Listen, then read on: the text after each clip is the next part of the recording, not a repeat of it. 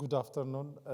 As a last-minute substitution, I don't have a presentation, so I'll not bother you with some of the words or pictures, but I'll try to briefly explain in terms of my organization, and then a little bit more in terms of what are some of the things which are happening in my country, Ethiopia, related to the issues of mothers, children, adolescents. I work for Pathfinder International. Pathfinder International is a global leader in the areas of sexual reproductive health, which is celebrating its 60 years of existence this year, and with a mission of working towards availing sexual reproductive health services without fear and borders. It's a US-based non-governmental organization, and we work within those 60 years in over 100 countries, but currently we work in over 20 countries, mostly in sub-Saharan Africa, Asia, and few countries in Latin America. When we raise the issue of the health of women, children, adolescents, and coming to what's happening in Ethiopia, since as Pathfinder we have larger projects which we work directly with the government of Ethiopia. We have a project on reproductive, maternal, newborn, adolescent, child health, including nutrition, which we work in partnership with John Snow Incorporated and other local partners and with the government of Ethiopia in bringing about change. Looking at what happened in the past 10, 15 years in Ethiopia, one can see most of the changes which occurred in the areas of improving access to services in these different areas, which is interpreted in terms of the outcome of improvement, such as a change in the contraceptive prevalence rate from merely 8% in 2000 to a 4.5 to 5-fold increase in 2016 to 36%. With a change in terms of the rate of mortality, both in infant under 5 and maternal mortality. Ethiopia is one of the countries who achieved the child health, decreasing the child mortality goal of the Millennium Development Goals earlier than even the target period. In all these progresses, looking at the infant mortality from 97 per thousand declined to 48 per thousand in 2016. Under 5 mortality from 166 per thousand to 67. In the same way, maternal mortality from 871 in 2000 to 412 per 100,000. We still have a long way to go. But even looking at these progresses, there are major variations in terms of the different socio-demographic characteristics, including the rural-urban variation, even within the same locations, intercity or inter-area variations among people living within the same district or within the same region. The wealth quintile difference, gender, level of education, which clearly shows us that we need to work more in improving equity in order to bring about better results in the health of mothers, children, and adolescents. Coming back in terms of as Pathfinder, we do a lot in terms of advancing contraception, saving mother's life, preventing HIV, raising voices around sexual reproductive rights around the globe, access to safe abortion, improve health in real time, by going to places where difficult to reach by others, and also addressing the issues of those marginalized community groups. Again, uphold the rights of young people, transforming gender norms, and creating a sustainable future are some of the things where we do. Looking at what's happening in Ethiopia, why are those changes? Although I have already said these changes are not yet satisfactory. We need to work hard in reaching better coverage in order to bring about the change we need in terms of women's, children, adolescent health.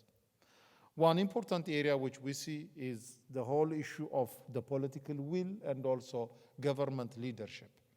In terms of having policy in place, such as the health policy, population, youth policy, which are very progressive and supportive, both for the implementation by government and also creating a conducive environment for the private sector to be part of those implementation. Several strategies, including the reproductive health, adolescent youth health strategy, child survival, nutrition, which all are contributing a lot in bringing about the government leadership into that. Again, beyond these strategies, for some of you who know Ethiopia, maybe some 15 years back, access to services were very limited in urban, peri-urban areas. Just to give you one example, health centers, which are the primary facilities to provide most of the preventive, curative services, were limited to 600 in number. This has grown in the past 10 to 15 years to 3,500.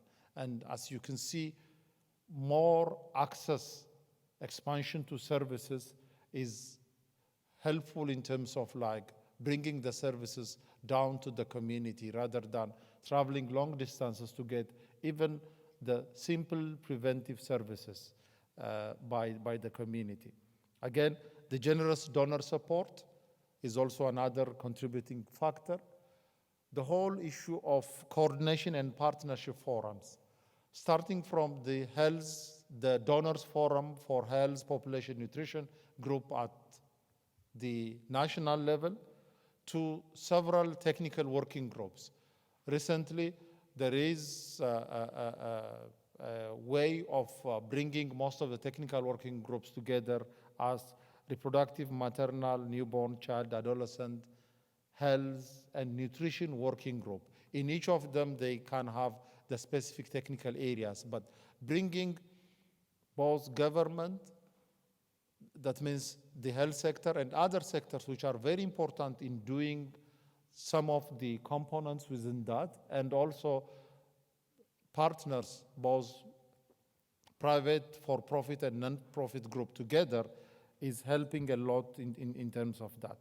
The multi-sectoral coordination, I'm not saying we have the best way of multi-sectoral coordination, but there may be examples, like if I can cite like the prevention of early marriage in the country as one of harmful traditional practices, as a very good example to see how different sectors, schools, legislative bodies, starting from police, other legal bodies, parents, health sector, and others are coming together in decreasing those harmful traditional practices, which in one or the other way impact the health of both the women, the children, and adolescents.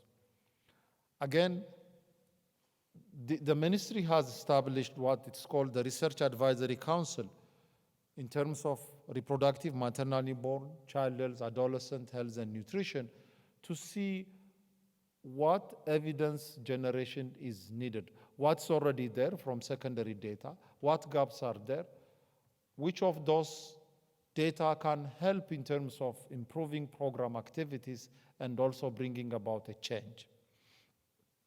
The community engagement For some of you, you heard about Ethiopia.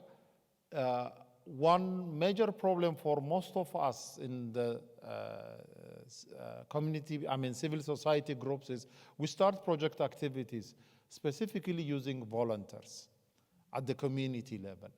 When projects phase out, that active voluntary participation may not continue the way we want it. So the government of Ethiopia has taken a bold initiative in bringing community level providers, not as volunteers, paid by the government, trained by the government to work at the community level as part of the health system. That has contributed a lot in terms of creating, first of all, this community level health workers, we call them health extension workers, all of them are women. It creates a greater opportunity for empowering women by bringing them an employment, but at the same time, giving them the opportunity to serve at the community level and doing a lot of preventive, promotive, and primary curative levels at that level. This will also bring a lot of community members to really raise their issues rather than the health sector giving the services, community demanding for the services is something which we are seeing in the different parts. So these are some of the things which I just want to share. Probably during the discussion period, we can have more things to be discussed. Thank you very much.